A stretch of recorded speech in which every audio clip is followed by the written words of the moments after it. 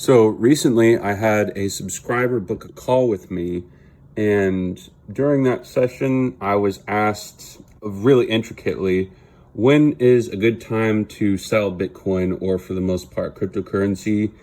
And I actually had this question asked quite a few times, so I'm going to elaborate it in this video a little bit. And there are a few key points I think that are mentionable, so you should stick around to the very end because I think they're quite important. And this goes for people that are both long-term as well as traders, not just a HODL portfolio. But in general, I would say the most significant thing that you need to think about is the why to it. So what exactly is your financial goal?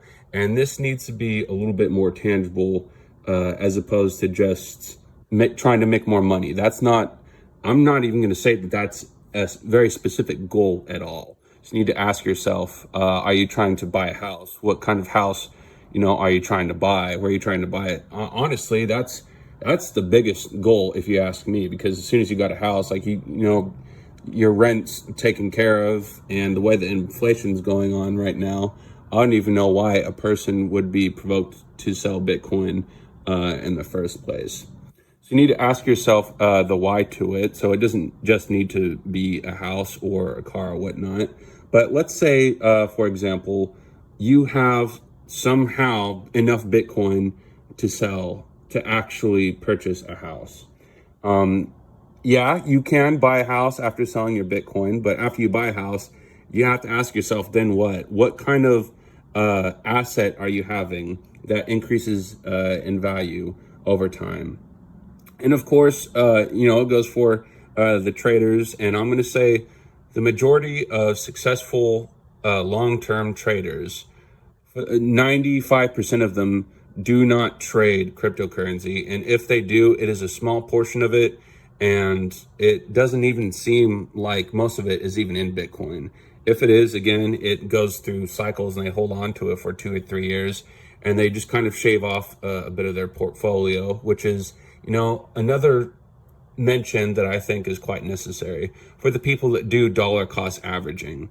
For Bitcoin, I'm going to say the type of gains that you are looking for aren't very, or they are realistic, but compared to, Ethereum or smaller cap altcoins, they're not going to be anywhere near as significant. And when it comes down to it, the younger you are, the more time that you have, so the more risk you can potentially get away with.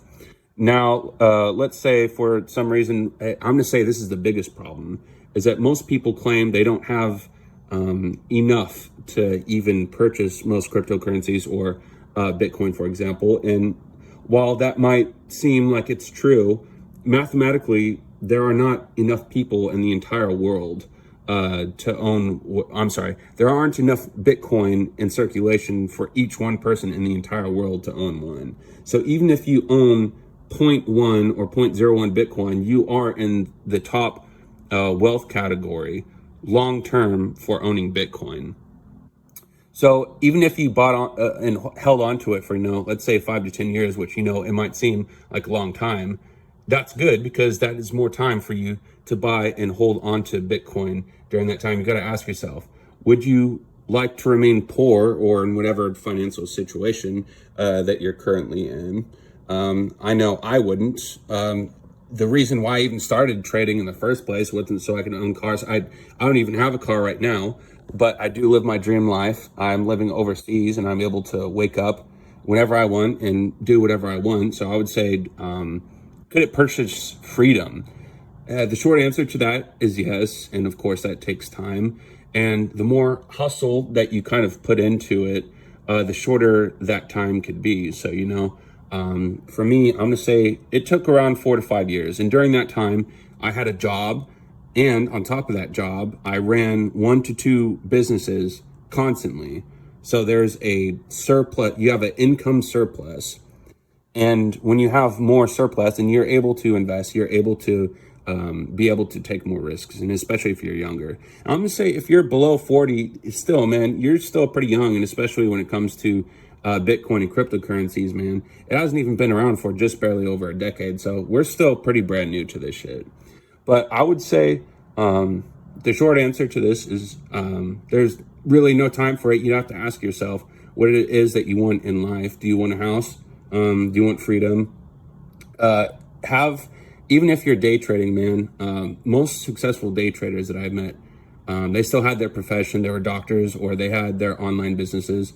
Online businesses, honestly, are the way to go, man. Or if you don't know what to do, start out on YouTube. Just make vlog videos or something. Freedom is the real thing that you're looking for. If you want to get a job out of you hate, just start an online business, man, and you get that wealth surplus. If you guys have any questions about day trading at all, or investing, or crypto, or if you just want to hang out and chat, I have a link down below. You can go ahead and book a call with me. Currently it's free, but the price will be going up. Anyways, you guys stay safe out there, and I'll catch you in the next video.